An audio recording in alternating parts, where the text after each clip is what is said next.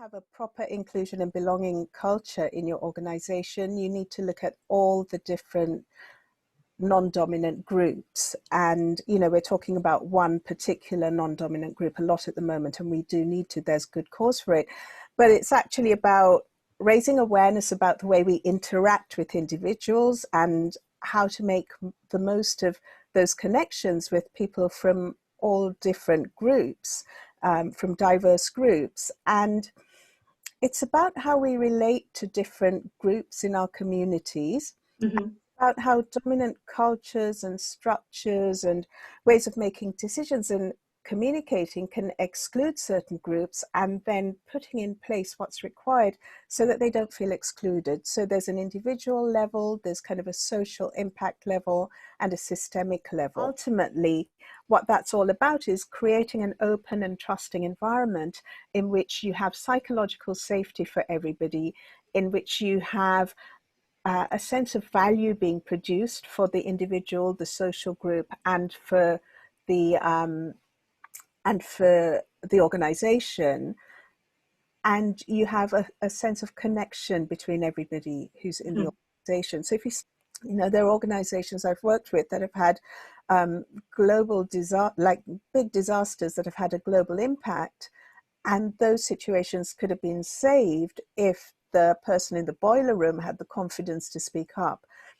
That's what you're talking about in terms of psychological safety. I mean, that's something I think is really crucial within any, as a foundation measure within any kind of corporate culture space. This really shows up in Black Lives Matter, but the biggest thing is to listen, to encourage people to participate, and for them to experience that they're heard.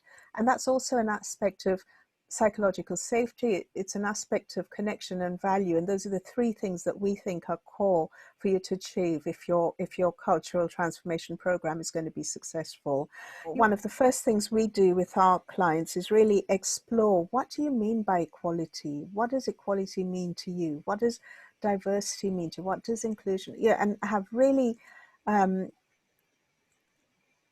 create a safe space. So our you know, obviously organizations can do that in-house, but the skill we bring is creating a safe space in which those conversations can take place, because those are challenging conversations. You need to make it level appropriate as well. So, you know, when we're working with theatres, for example, where you've got volunteer staff, where you've got people who work in the front office, people who are ushers, you want to be able to have those conversations in a way that everybody can engage and not make the language exclusive.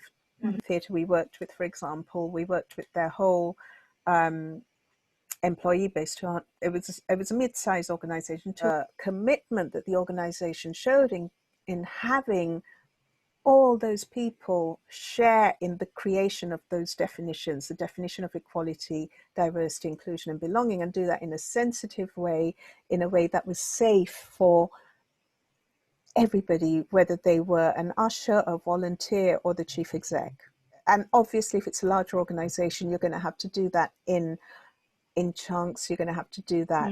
I start with the senior team and then roll it out, and in a way that everybody had a voice. So it's making sure the loudest voice gets heard, because sometimes, you know, people who speak a lot we switch off to. Yes. You know, and also making sure the quietest voice in the room gets heard, and everybody has an input, because once you have an input, you start to feel like you have a sense of, yeah, I'm free to be myself, I belong here.